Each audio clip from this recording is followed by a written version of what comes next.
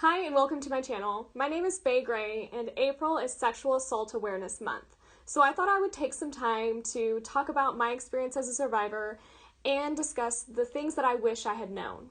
So in this video, I'm going to talk about the 4 ways that you can report your sexual assault and what to expect from the reporting experience. Now, this information is going to be American-based or American-informed because I'm getting a lot of the statistics from the RAINN.org website, which is the Rape, Abuse, and Incest National Network.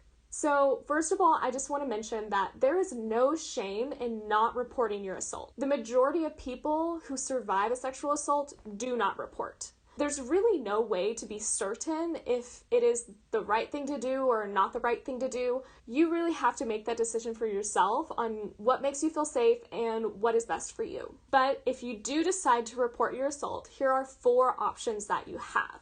So the first way is to report to an OBGYN or to a doctor. So even if you think that you don't have serious injuries, it is still important to see a doctor after being assaulted. This way they can test you for STIs and give you counseling. Doctors and OBGYNs are always safe people to talk to about your assault, and because of patient confidentiality, they're not allowed to report your assault to the police without your permission. If you're not covered by insurance, you can still go to a Planned Parenthood or a free clinic and still request an exam. Something you might not know is that you can actually request a sexual assault forensics exam without having to report to the police. So a sexual assault forensics exam is also known as a rape kit, and it is your right to receive a rape kit, and it will always be free. I will link in the description a video about what to expect if you're going to get one of these exams, because it can take a few hours. If you are under the age of 16, the doctor might have to break patient confidentiality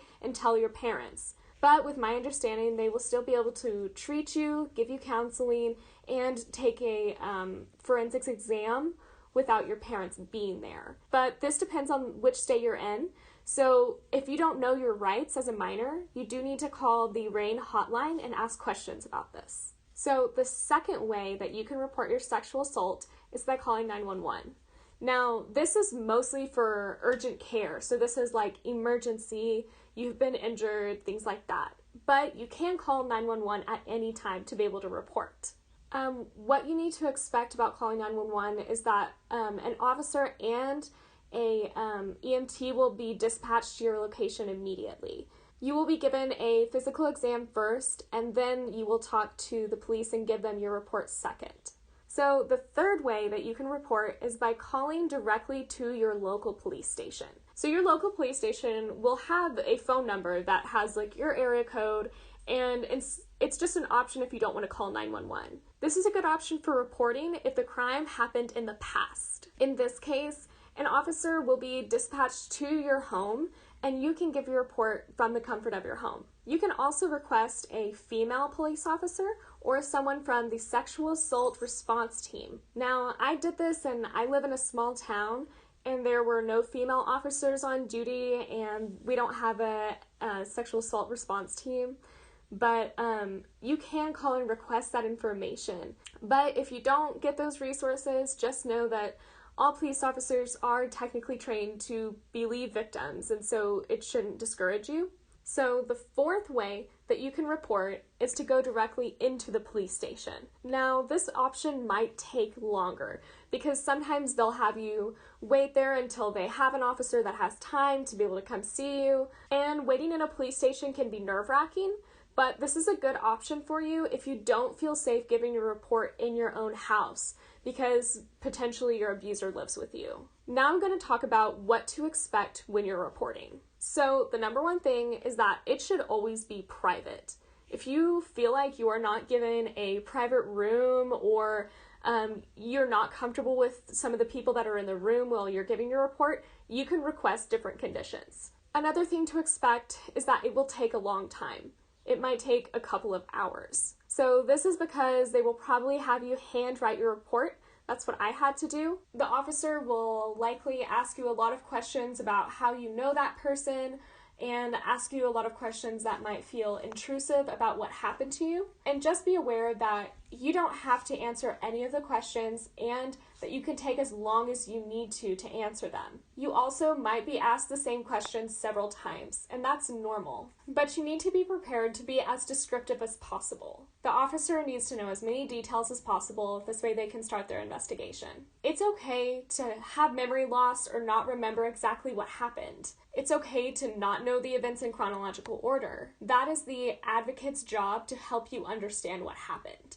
It is normal to mentally black out or to be confused about what happened to you. And if you don't know the answer to some of the questions, it's okay to say, I don't know. That doesn't make your report any less credible. So, one more thing to add, and that is that making a police report does not mean that you are pressing charges. Only the district attorney can press charges. What will happen next is that you will be assigned a detective, and that detective will collect evidence, they might do interviews, and then they will present the case to the district attorney. And it might get dismissed, it might get taken to trial. You don't really have any say if it gets taken to trial or not, but I can cover all that in a different video. So even if charges are not pressed in your case and it does not get taken to trial, the report you made will still be there permanently. And so if the person that hurt you is a repeat offender and that there are other reports made against them, there will be proof that there is a pattern happening. And I think that's the most positive thing that can come out of it. If you have any questions, comments, or concerns, you can leave them in the comment section below. I will also link to the RAINN.org website and to their hotline. This way you can call or look up that information at any time. So thank you so much for watching. I hope this video was helpful from one survivor to another.